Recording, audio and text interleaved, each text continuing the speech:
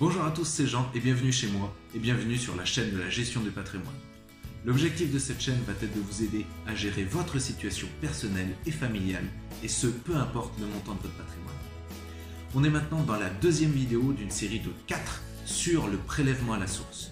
L'objectif de cette vidéo va être de vous présenter les 3 grandes catégories de revenus et quel est l'impact du prélèvement à la source sur ces revenus. Maintenant, n'hésitez pas à liker et partager cette vidéo, à vous abonner à la chaîne YouTube et on se retrouve tout de suite dans cette deuxième vidéo.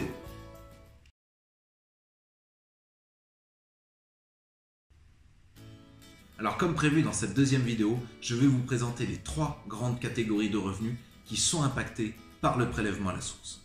Alors la première grande catégorie, qui est un peu pour moi la catégorie chapeau, c'est tout ce qui est les revenus salariaux.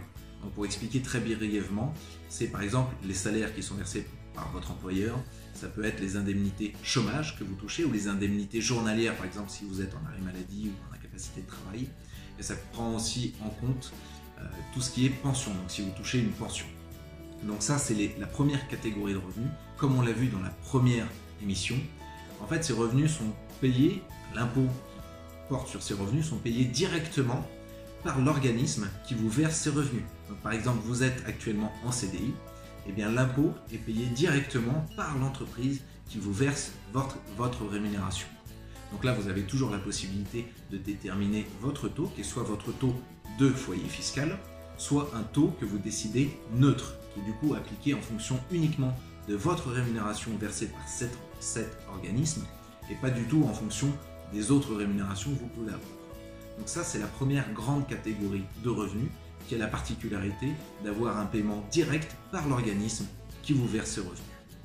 La deuxième grande catégorie de revenus, alors là, je dirais pareil, c'est un peu le fourre-tout entre guillemets, c'est tous les autres revenus qui ne sont pas considérés par ceux qu'on vient de citer. Donc par exemple, vous êtes TNS, donc travailleur non salarié, gérant de société. Vous êtes actuellement commerçant, vous êtes au BIC, bénéfices industriels et commerciaux. Vous êtes en profession libérale, donc bénéfices non commerciaux. Vous êtes agriculteur, donc les BA, bénéfices agricoles. Il y a d'autres éléments comme ça, typiquement les revenus fonciers. Là, tous ces revenus-là ne sont pas payés directement par l'organisme, puisque ce n'est pas un organisme qui vous paye. Donc c'est vous qui payez l'acompte au fisc. Donc là, vous avez 2 possibilités pour payer cet acompte. Soit c'est un acompte qui est payé mensuellement, donc là c'est pareil, c'est en fonction de votre taux, c'est déterminé directement par le fisc. Soit vous pouvez prendre une option trimestrielle. Donc là, quand vous êtes au trimestre, vous payez tous les 3 mois. Là, bon, ça peut être intéressant en termes de trésorerie, notamment si vous souhaitez le faire.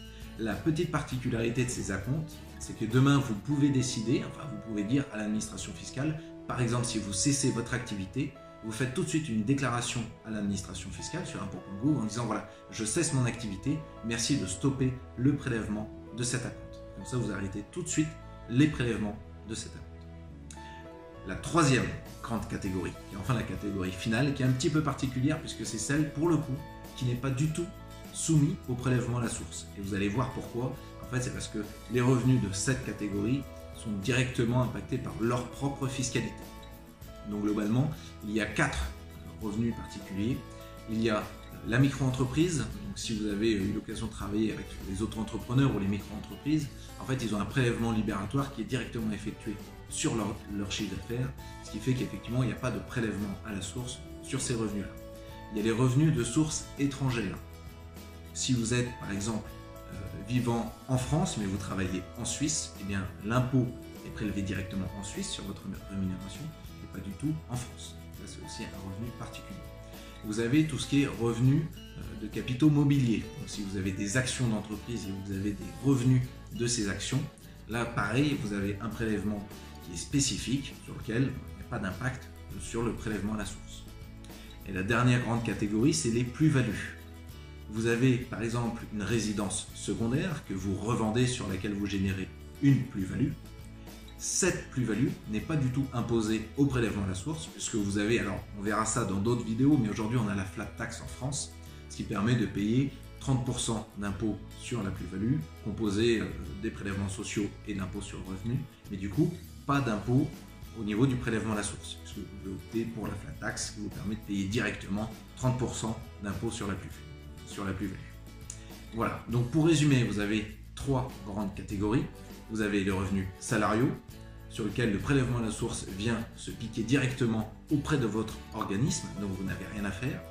Vous avez les autres revenus, que ce soit les commerçants, les artisans, professions libérales ou les TNS, les travailleurs non salariés, sur lesquels vous payez un acompte, que ce soit un acompte mensuel ou trimestriel. Et la dernière grande catégorie, c'est les revenus qui ne sont pas soumis au prélèvement à la source. Donc typiquement, ça peut être la micro-entreprise, les revenus de sources étrangères et autres. Voilà, c'est la fin de cette deuxième vidéo. J'espère qu'elle vous a plu. Si vous avez des questions, n'hésitez pas à les mettre en commentaire. N'hésitez pas à liker et partager cette vidéo. Et on se retrouve dans une prochaine vidéo, la troisième vidéo sur 4 au sujet du prélèvement à la source. Merci beaucoup et on se retrouve dans la prochaine vidéo pour apprendre à gérer votre patrimoine.